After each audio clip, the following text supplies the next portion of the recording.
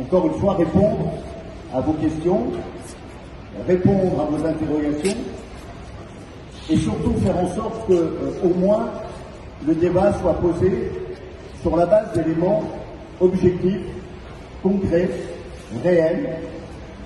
Tout ce que je vous dirai est vérifiable, est à vérifier, et je fais bien évidemment appel à votre sens critique et à votre sens également de citoyen pour partir du principe que le dialogue est d'abord un dialogue qui doit permettre de respecter l'ensemble des paroles et l'ensemble des positions qui sont tenues et qui seront tenues par les uns et par les autres. Donc mon objectif aujourd'hui n'est pas de vous faire une conférence de 1 heure pour vous expliquer tous les bienfaits de la coopération entre la France et le Niger. Et je pense qu'il est toujours préférable et souhaitable de débattre, d'échanger, de dialoguer, de se confronter, plutôt que de rester chacun de notre côté à dialoguer par réseaux sociaux interposés. J'ai donc accepté très volontiers de venir vous rencontrer. Concerne l'armée française, 1250 à 1300 hommes. Voilà. Sur ces 1300 hommes, il y en a une part principale qui est sur la base de Niamey, sous commandement nigérien.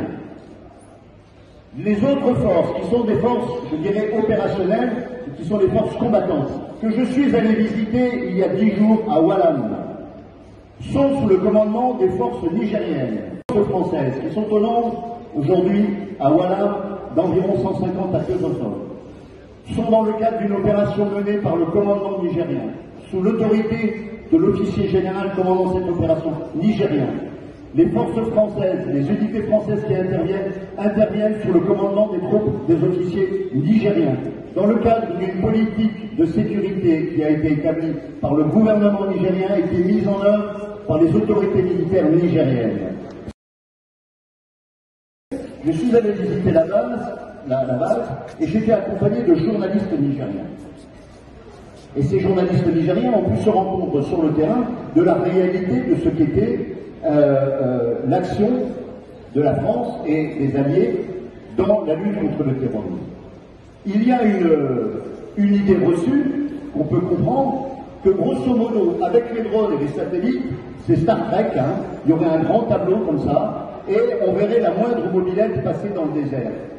Mais tout simplement, c'est tout simplement inexact. Un drone, il a la capacité de vision sur le territoire de la taille d'une paille. Un satellite, il ne vous aura pas épaché, et il ne vous aura pas, je dirais, échappé, que la Terre est ronde et qu'elle tourne, et que les satellites tournent aussi. Ça veut dire qu'en réalité, un satellite a une visibilité sur une période donnée, pour un moment donné, sur un territoire donné.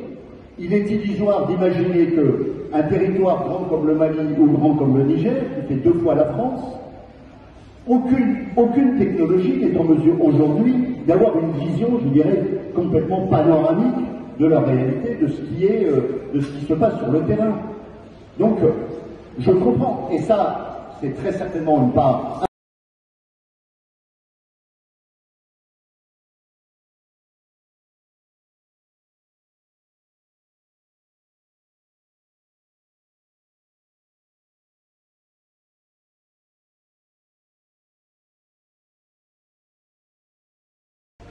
Je voudrais parler du franc CFA, puisque ça a été abordé, que c'est un sujet qui revient littéralement au monde. Bon, je voudrais rappeler quand même quelques éléments fondamentaux. On dit qu'aujourd'hui, parce que c'est un des trucs, le franc CFA est un outil de soumission économique des pays du franc CFA, de la zone franc.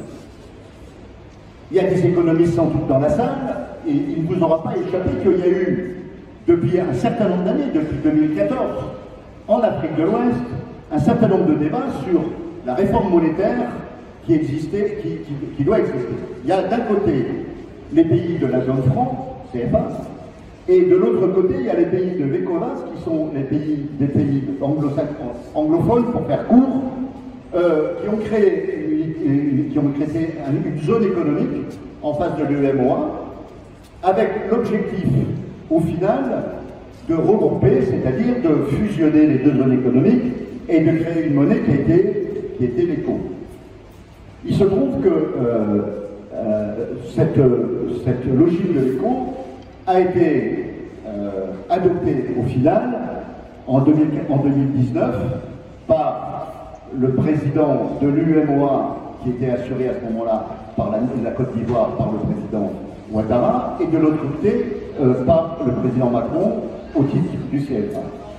Il se trouve qu'aujourd'hui, la majorité des États qui ont signé cet accord ne l'ont pas fait ratifier par leur Parlement. Le premier pays à avoir ratifié l'accord sur la création de l'éco, c'est la France. Et aujourd'hui, il y a une majorité d'États qui ne le ratifient pas pour plusieurs raisons. D'abord parce que le Nigeria s'y oppose fermement. Et pourquoi il s'y oppose? Parce qu'il estime qu'aujourd'hui, l'ensemble de cette zone n'a pas les critères de ce qu'on appelle les critères de convergence, excusez-moi des termes, c'est-à-dire faire en sorte que les économies de tous les pays de cette zone-là ne sont pas suffisamment à égalité, ne sont pas suffisamment fortes pour permettre la création d'une monnaie commune. Je rappelle que la France n'a plus de souveraineté monétaire, puisque nous sommes dans l'euro. Donc nous avons aussi, nous, perdu une partie de souveraineté monétaire. On l'a mise après 20 ans, 25 ans de négociations et d'étapes successives pour être arrivé à l'euro. Aujourd'hui, si des États veulent quitter le franc CFA, rien ne les en empêche. Je rappelle que Madagascar et la Mauritanie ont quitté le franc CFA. Je rappelle que le Mali avait quitté le franc CFA en 63 et qu'il en est revenu en 66. Je rappelle qu'à ce jour et qu'à cette heure, je n'ai pas entendu un seul officiel malien remettre en cause sa participation au franc CFA à l'UEMOA. Ça viendra peut-être, mais pour l'instant, je ne l'ai pas entendu.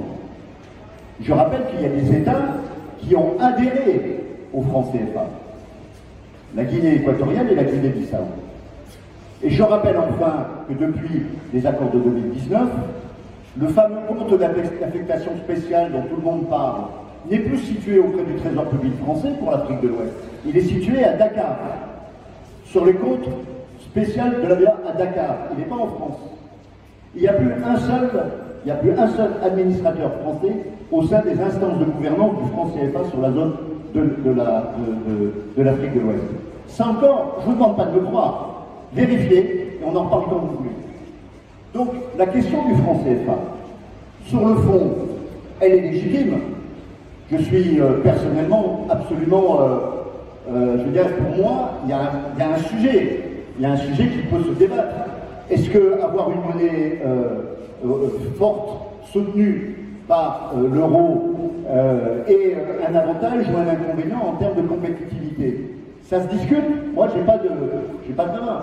Je dis simplement qu'en ce moment, si vous allez poser la question aux Ghanéens, aux Nigérians, je ne suis pas certain qu'ils ne trouveraient pas sympathique, en tout cas pour les Ghanéens, d'être dans le franc CFA compte tenu des taux d'inflation et de la situation économique qu'ils vivent. Mais ça, c'est un débat qu'on peut poser, mais pas sous la forme d'espèces de chimères et d'espèces de fantasmes qui consisteraient à penser que le franc CFA, c'est une espèce de monnaie qui met la main sur les économies africaines. C'est tout simplement une erreur même économique. Le problème, c'est que c'est une matière extrêmement